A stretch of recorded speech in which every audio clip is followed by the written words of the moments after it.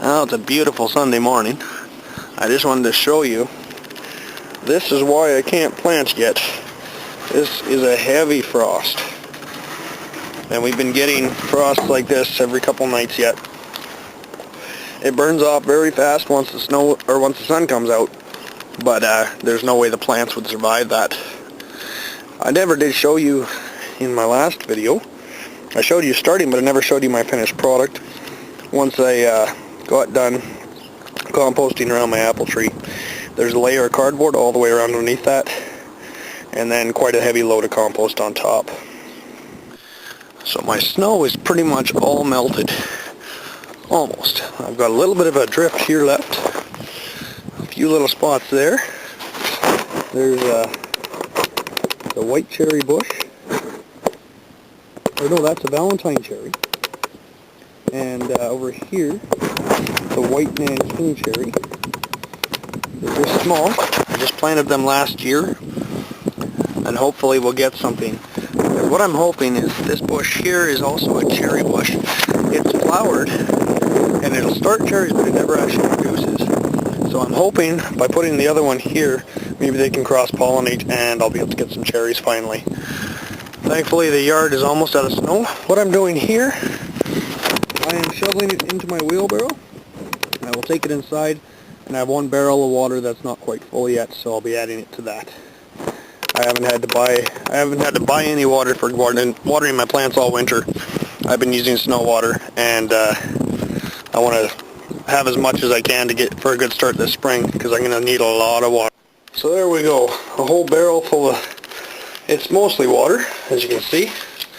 And then I've just topped up, I put 2 wheelbarrowfuls of snow in there to top that up. Over here, pardon my mess, under my stairs is where I have my second barrel of water. All this has been collected from my yard. I now have 110 gallons of water that didn't cost me a dime I can use to feed my plants with. Well, it's a beautiful day. Decided to get out for a bit of a drive. Just go explore an old farm.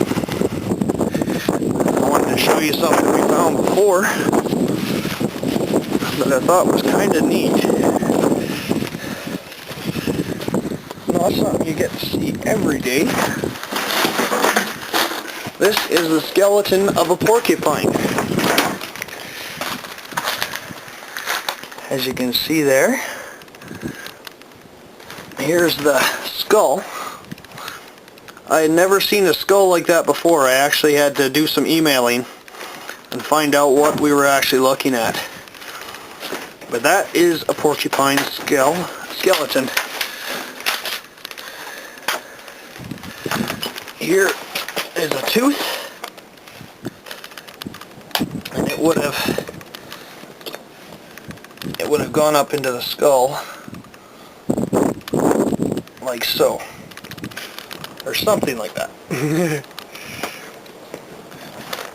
So there you are. I wanted to show you. You always want to be careful when you're walking around in these old farms and stuff, exploring. Could be a lot of fun, but if you're not watching, you could fall into the old sewer, or an old well. In this case, it's the sewer. Just exploring around a little bit more. The old house was up here, and what's caught my eye was these plants that are overgrowing these scaraganus. I don't know if it's a hops or what it is, but obviously incredibly viney, and they've just really taken over. I would like to come out in the spring and try to get some starts off this, find out for sure what it is. But I think it might be a hops, but I could be totally wrong. Any suggestions I'd be definitely open to as to what this might be. It's kind of neat. It's taken over this whole area and just solid vines.